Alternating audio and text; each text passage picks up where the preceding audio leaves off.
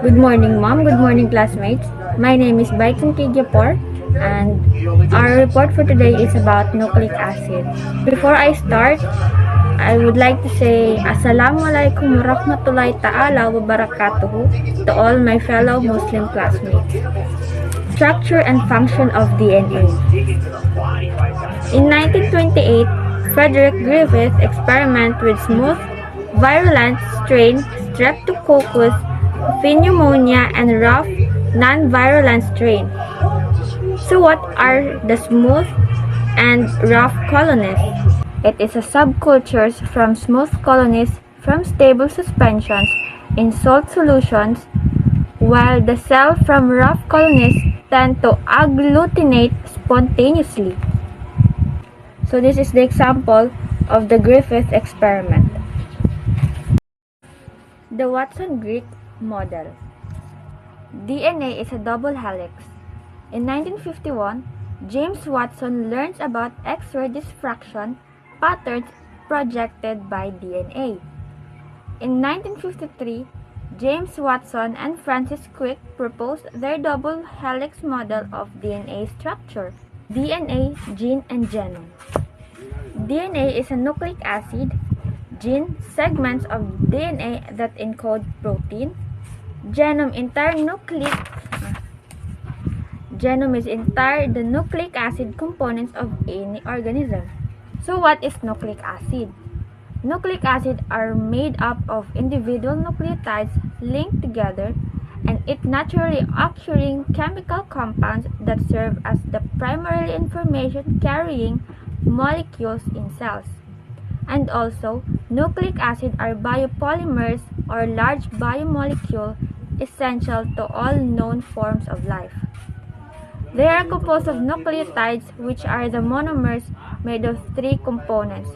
They are the A5 carbon sugar, a phosphate group, and nitrogen base. Nucleic acid has two main classes. The deoxyribonucleic acid, or also known as DNA, and ribonucleic acid, also known as RNA. Good morning, ma'am. Good morning, classmates. So, I am the next reporter. Which cell organelle is DNA found in for eukaryotes? So, the cell organelle found in eukaryotes is the nucleus. These membrane-bound structures are called organelles. In eukaryotes, the cell genetic material or DNA is contained within an organelle called the nucleus, where it is organized in long molecules called chromosomes. This unidirectional flow equation represents the central dogma or fundamental law of molecular biology. This is the mechanism whereby inherited information it is used to create actual objects, namely enzymes and structural. An exception to the central dogma is that certain viruses or retroviruses make DNA from RNA using the enzyme reverse transcriptase. So let's proceed to the gene expression. Genes are DNA sequences that encode proteins that gene product. Gene expression refers to the process whereby the information passed down from parents to offspring. Genes expression refers to the process whereby the information contained in genes begins to have effects in the cell. A number of experiments confirm that the genetic code is written in three-letter words, each of which codes for particular amino acid. A nucleic acid word, three nucleotide letters, is referred to as a codon. So let's proceed to the nucleic acids, principal information molecule in the cell. All the genetic codes are carried out on the nucleic acid. Nucleic acid is a linear polymer of nucleotides. So what is the purpose or function of DNA? The purpose or function of DNA stores the genetic information that instructs the cell on which proteins to make. So DNA makes proteins, both are biomolecular, responsible for determining all organisms' traits such as eye color, body structure, and enzyme production. Nucleic acids are polymers, monomer, nucleotides. So we have three parts of nucleosides. First is the nitrogenous bases, second the sugar, and the third is the phosphate. So sa nitrogenous bases can be further classified as pyrimidines or purines. So the next is the sugar. The sugar in DNA is deoxyribonucleic acid, which contains deoxyribose. The sugar in RNA is ribonucleic acid, which contains ribose. So next is the phosphates. The phosphate group or PO4 is what differentiates a nucleotide from a nucleoside. Nitrogenous bases. DNA contains four nitrogenous bases. First, adenine. Second, the guanine. Third is the cytosine. And the fourth is thymine. Discovering the structure of DNA. DNA or deoxyribose nucleic acid made out of sugars, deoxyribose phosphates, and nitrogen bases. The component of DNA. DNA is a long molecule made up of repeating individual units of monomers called nucleotides. Nucleotides are made up of three parts that are held together by covalent bonds: sugar, phosphate group, and nitrogenous base. Hydrogen bonds is a weak two molecules resulting from an electrostatic attraction between a proton in one molecule and an electronegative atom in the other. Example: water or H2O is an excellent example of hydrogen bonding. Structures of DNA. Deoxyribonucleic acid is a molecule composed of two polynucleotide chains that coil around each other to form helix, carrying genetic instructions for the development, functioning, growth, and reproduction of all known organisms and viruses. Ooh! Genetic code. The nucleotide triplets of DNA and RNA molecules that carry genetic information that translated into proteins or amino acid sequences by living cell. Example: in humans, protein synthesis in mitochondria relies on a genetic code that varies from the canonical code. DNA sequencing is the process of determining the nucleic acid sequence. It includes any method or technology that is used to determine the order of the four bases, and that is adenine, guanine, cytosine, and thymine. Hyperchromicity is the increase of absorbance of a material. The best example is the hyperchromicity of DNA that occurs when the DNA duplex is denatured. Good morning, ma'am. Good morning, classmates. I am Martin G. Maramsalik, the reporter of nucleotides. Originally elucidated by Phobos Levin and Alexander Todd in early 1950s, made of three components: 5-carbon sugar or pentose, nitrogenous base, phosphate group.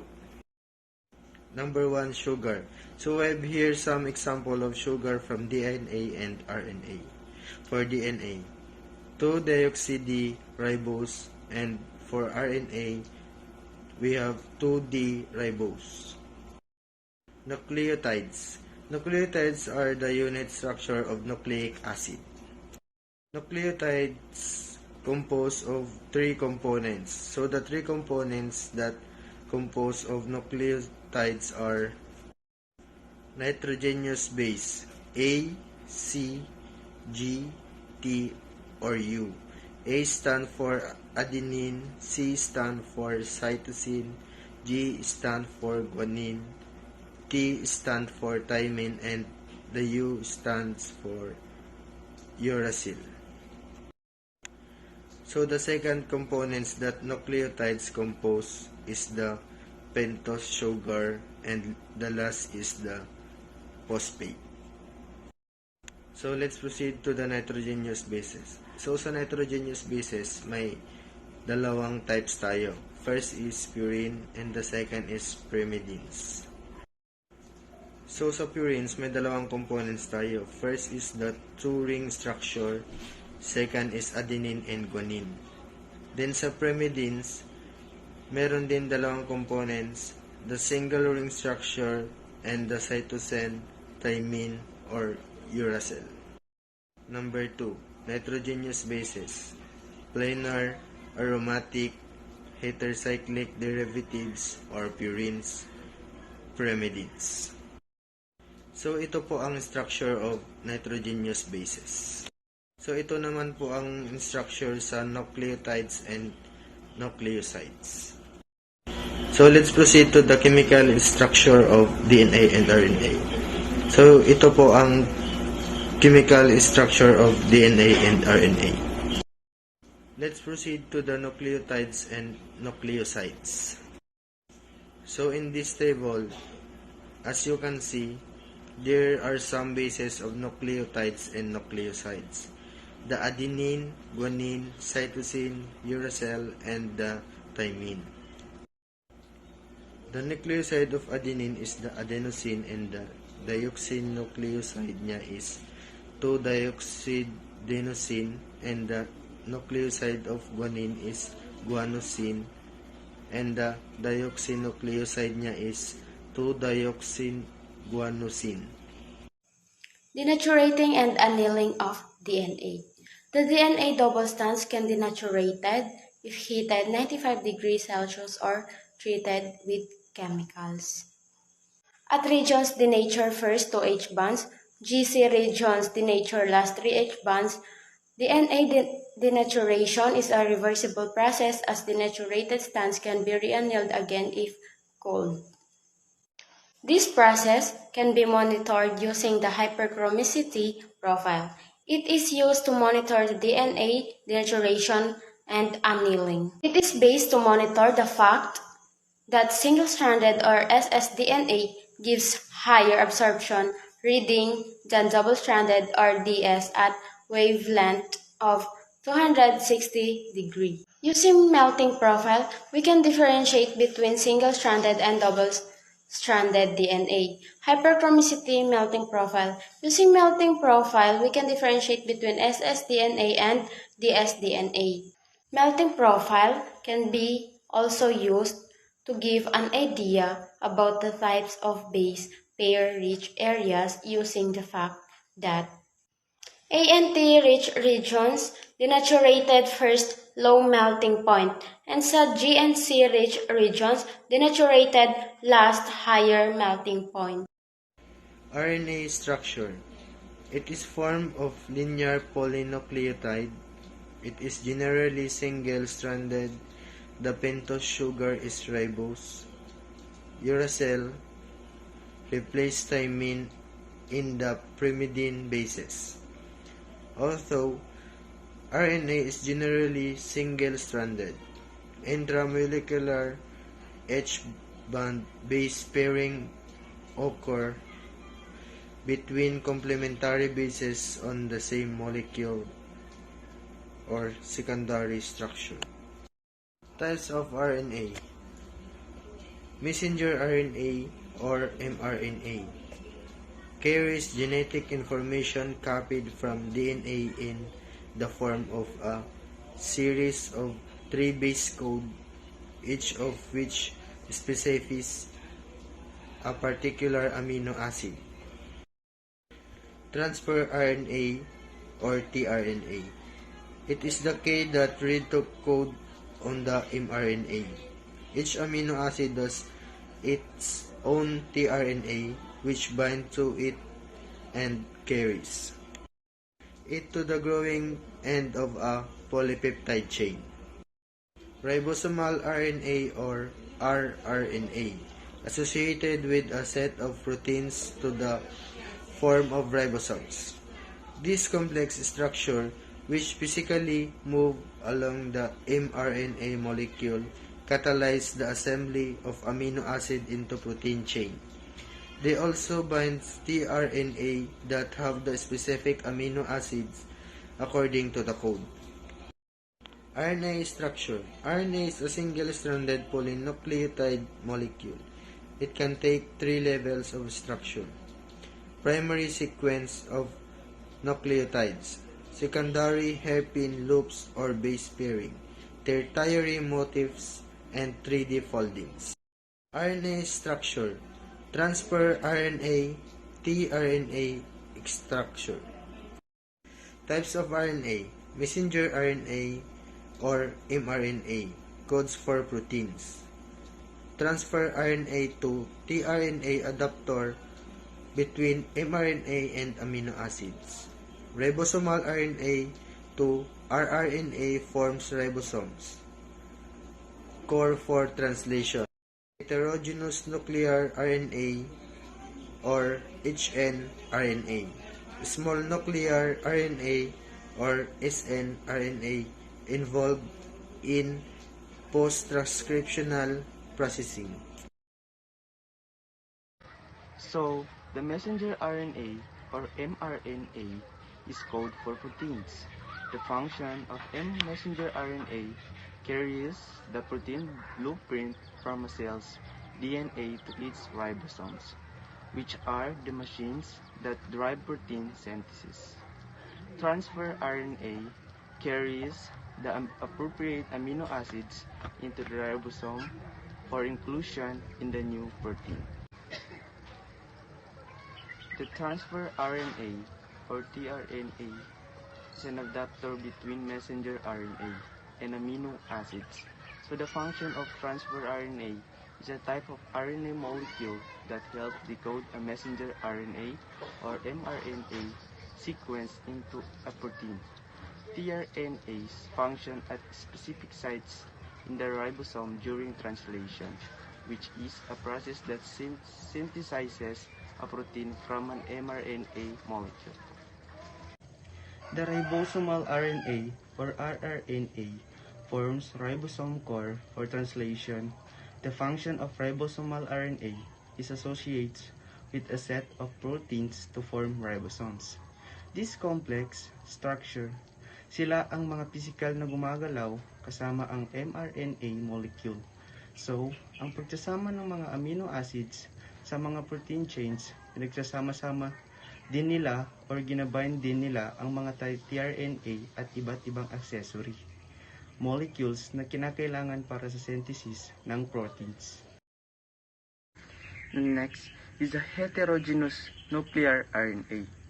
Is the collective term for the unprocessed messenger RNA or pre-mRNA molecules in the nucleus. Aside from that, ito ay binubuo ng mga pre-mRNA or unprocessed messenger RNA na mga molecules na nangangailangan ng malawak na process para maging mature mRNA molecules. The heterogeneous nuclear RNA that is associated with proteins form heterogeneous nuclear ribonucleic protein.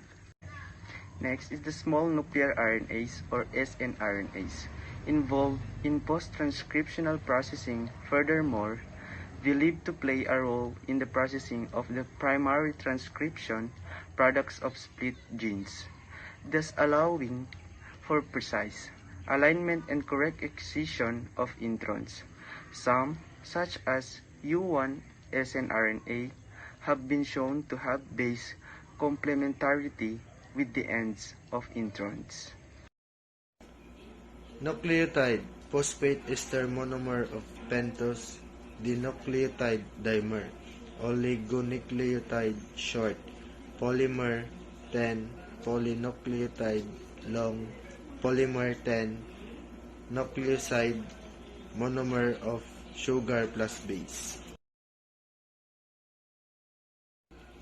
Next is the structure of 5 to 3 polynucleotide linkages.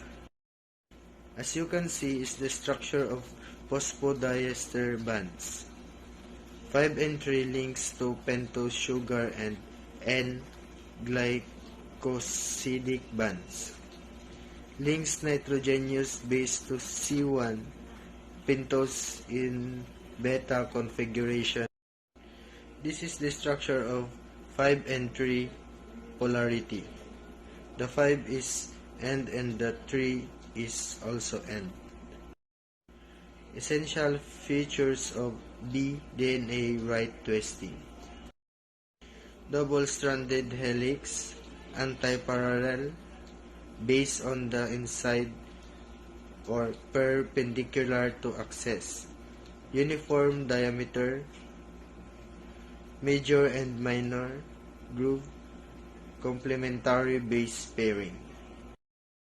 Structurally, purines A and G pair best with pyrimidines T and C. Thus, a pair with T and G pair with C, also explaining Chargaff ratios. Pyrimidine to pyrimidine, purine to purine, purine to pyrimidine. Double-stranded DNA. The double-stranded DNA consists of two polynucleotide chains whose nitrogenous bases are connected by hydrogen bonds. Within this arrangement, each strand mirrors the other as a result of the anti-parallel orientation of the sugar phosphate backbones, as well as the complementary nature of the A, T, and CG base pairing. RNA or dsRNA is a signal for gene-specific silencing of expression in a number of organisms. Stranded DNA or ssDNA has essential biological functions during DNA replication, recombination, repair, and transcription. The secondary structure formed between the two DNA circles determines the topology of the constructed DNA. Even though the chemical composition of single-stranded and double-stranded DNA are the same, they also show some characteristic difference. The double-stranded DNA is linear or filamentous form. Furthermore, the single-stranded DNA is usually stellate or star-shaped. RNA alpha viruses have been commonly used for recombinant protein expression and in neuroscience, but they have also found applications in gene therapy. Types of nucleic acids. There are two types of nucleic acids, the deoxyribonucleic acid or also known as DNA and ribonucleic acid also known as RNA. So, deoxyribonucleic acid is a complex molecule that contains of all information necessary to build and maintain an organism. And all living things have DNA within their cells. In one word, whenever organisms reproduce, a protein of their DNA is passed along their offspring. Ribonucleic acid, or also known as RNA, is pentose sugar is ribose. Bases are purines, A or G. A stands for adenine and G stands for guanine. And pyrimidines is for C and U. C stands for cytosine and U stands for uracil. RNA is a molecule similar to DNA. Unlike DNA, RNA is a single-stranded. An RNA strand has backbone made of alternating sugar or ribose and phosphate groups.